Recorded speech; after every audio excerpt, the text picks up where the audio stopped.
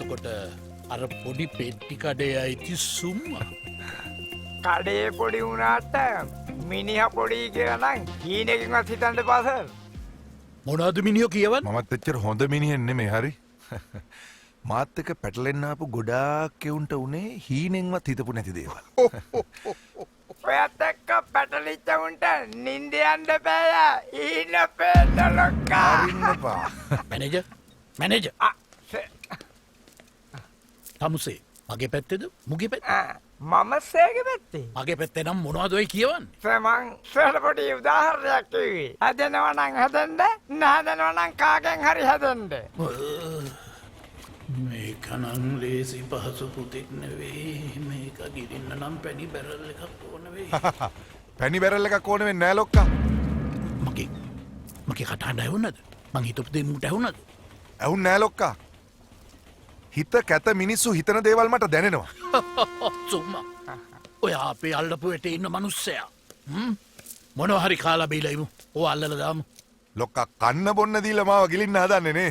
මරන්න ඉස්සෙල්ලා සතෙකුට වුණත් කන්න බොන්න දෙන සිරිතක් තියෙනවනේ ලොක්කා. මොනවද කන්න කැමති? මේට මට එකක් කියපන්. මගේ පැත්තේද මුගේ පැත්තේද? මම සේගේ පැත්තේ. යකෝ ඇඟිල්ල කොයි පැත්තේද තියෙන්නේ? ඇගිල්ල මේ පැත්තේ. හැම දෙයකටම ඇගිලි ගහන්න යන්න එපා සර්. මේ මොනවද කන්න කැමති? මොනවාද කන්න තියෙන්නේ? බුරියානි තියෙනවා, ෆ්‍රයිඩ් රයිස් තියෙනවා, යෙලෝ රයිස් තියෙනවා, චිකන් කරි තියෙනවා, චිකන් ඩෙවල් තියෙනවා, මසාලා තියෙන මොනවද සර්? මසාලා තියෙනවා, මටන් කරි තියෙනවා, පෝක් තියෙනවා. ඇති. සර්ට ඇති වුණාට ඌට ඇතිද දන්නේ නැහනේ. ආගන්තුකෙක් නේ සර්. කණ්ඩ බොණ්ඩ දෙන සිරිතක් තියෙනවනේ. මැදින් බාධා කරන එක හරි නෑනේ සර්. කැතයිනේ සර්. සාමාන්‍ය දැනීම නෑයි කියලානේ හිතන්නේ සර්. එතකොට සීෆුඩ් වර්ග තියෙනවා. මේ තේකත් දුඩ නම් හරිනේ. ඒ පාසේ බොමු. ඉතල කාලයි මොකෝ. නූඩල්ස් තියෙනවා, පාස්තා තියෙනවා, මැකරෝනි තියෙනවා. අයියප්පා කෝට් එක හරි නැද්ද මොකක්ද? නෑ හරි. හදින්නේ. මල හදින්නේ.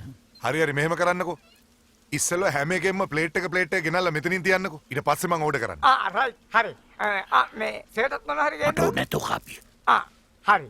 හිත ඉන්නත දෙන්න දෙයක් කන්න බොන්න ඕන. හරි.